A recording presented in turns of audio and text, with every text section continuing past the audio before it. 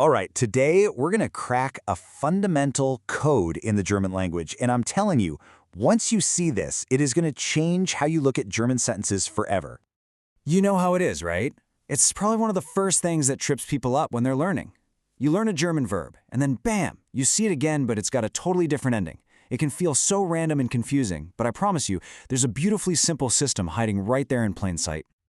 Okay, so let's start solving this thing. We're going to look at one of the most common verbs you will ever run into, the verb to come. So take a look at this. The verb is kommen. But on the left, when I say I come, it ends in an E, ich komme. And on the right, for they come, it ends in en, sie kommen.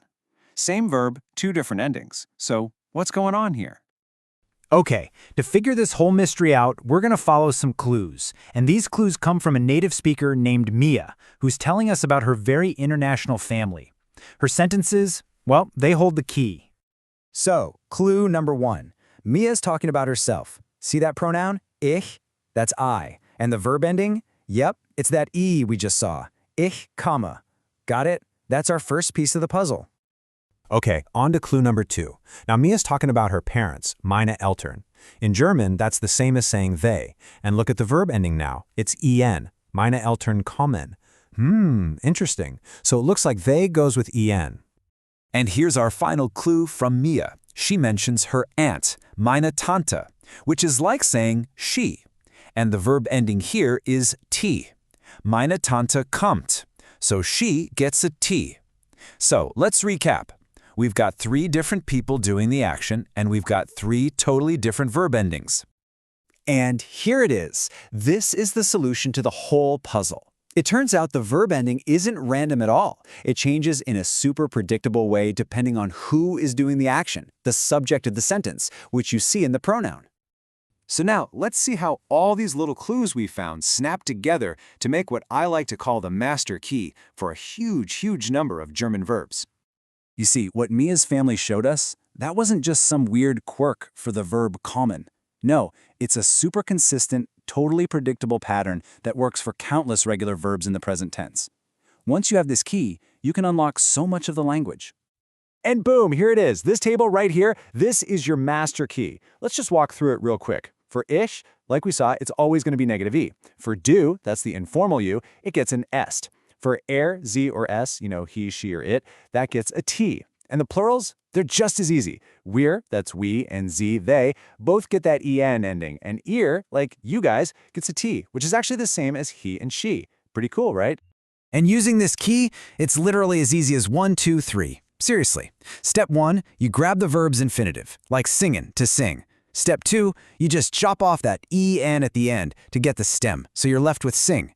And step 3, you just stick the right ending from our master key on it. So, we sing, that becomes we singin'. See, it really is that straightforward. Okay, so right about now you're probably thinking, sure, but what about the exceptions? And yeah, there are a couple of tiny little tweaks to the system, but honestly, they're not really new rules. They're just small changes to make the words easier to say, and they make perfect sense. Okay, check this out. If a verb stem ends in a T or a D, like arbeit from the verb arbeiten, which means to work, just try for a second to say arbeitst. It's kind of clunky, right? It gets stuck in your mouth, so German just slides a little E in there for flow. Arbeitest. It just rolls off the tongue way better. And it's the same idea if a stem already ends in an S sound. Why would you add another S for the do form? You don't need it. So reisen becomes du reist, not du reist. See? These aren't complicated exceptions, they're just practical pronunciation helpers. So, what's the big deal? Why does cracking this one little pattern matter so much? Well, here's the thing. It's not just about one pattern. This is the real game changer. By getting this one master key, you haven't just learned how to use a couple of verbs like kommen or wohnen. Nope. You've learned the system that works for thousands, and I mean thousands, of regular verbs in German. This is a huge shortcut. I mean, think about it. Right now, you can already use the verb lernen to learn. You know how to say ich lerne, du lernst, lernst. You can do it right now without even thinking about it. And what about gehen, to go? It's the exact same pattern. Wir gehen, ihr geht, sie gehen. You've already got the key. Or how about fragen, to ask? Just find the stem, frag, and pop on the right ending. It's really that simple. You are now totally equipped to build all kinds of correct sentences with thousands of verbs. So, you now have the master key. It unlocks this massive part of the German language. So the only real question left is, what door are you going to open first? What's the first thing you're going to say?